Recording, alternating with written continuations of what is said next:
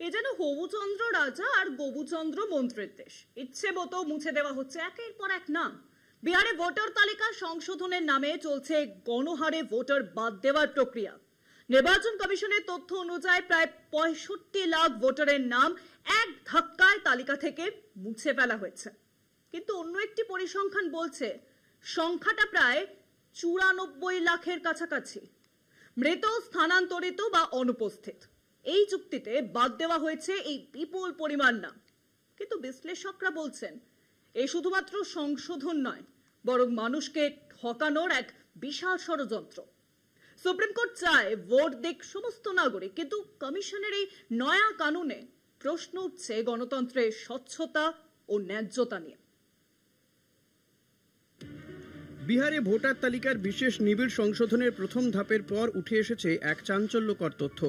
Commission বলেছিল ৬৫ লাখ নাম বাদ যাওয়ার কথা, কিন্তু ইলেকটোরাল পপুলেশন অনুপাত বলছে অন্য কথা। ইলেকটোরাল পপুলেশন রেশিও বা ইপি রেশিও হল একটি নির্দিষ্ট এলাকার মোট জনসংখ্যার কত শতাংশ মানুষ ভোটার তালিকার অন্তর্ভুক্ত তার পরিসংখ্যান। সেই হিসেবে প্রায় ৯৪ লাখ প্রাপ্তবয়স্ক নাগরিকের নাম ভোটার তালিকা থেকে বাদ পড়েছে। নির্বাচন কমিশনের দাবি অনুযায়ী এসব নামের মধ্যে কেউ মৃত, কেউ রাজ্য ছেড়ে চলে গিয়েছেন বা খুঁজে পাওয়া যায়নি। অনেকেই নাকি ভোটার হতে চাননি। ১ আগস্ট প্রকাশিত হতে চলেছে নতুন খসড়া ভোটার তালিকা। এই তালিকা সাক্ষী হবে ভারতের ইতিহাসের সবচেয়ে বড় এককালীন ভোটার বাদ দেওয়ার ঘটনা। অনেক বিশ্লেষকের মতে এটি একবিংশ শতাব্দীতে বিশ্বের বৃহত্তম ভোটার বঞ্চনার ঘটনা হতে চলেছে।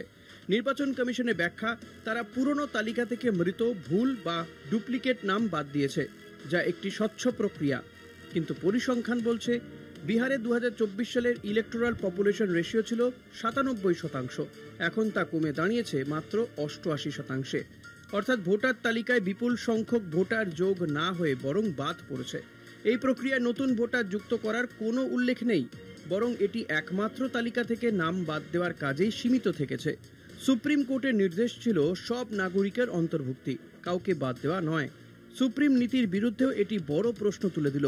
এই পরিস্থিতিতে গণতন্ত্রের মূল ভিত্তি ভোটাধিকার আজ বিহারে বড়সড় ঝুঁকির মুখে। কলকাতা টিভি।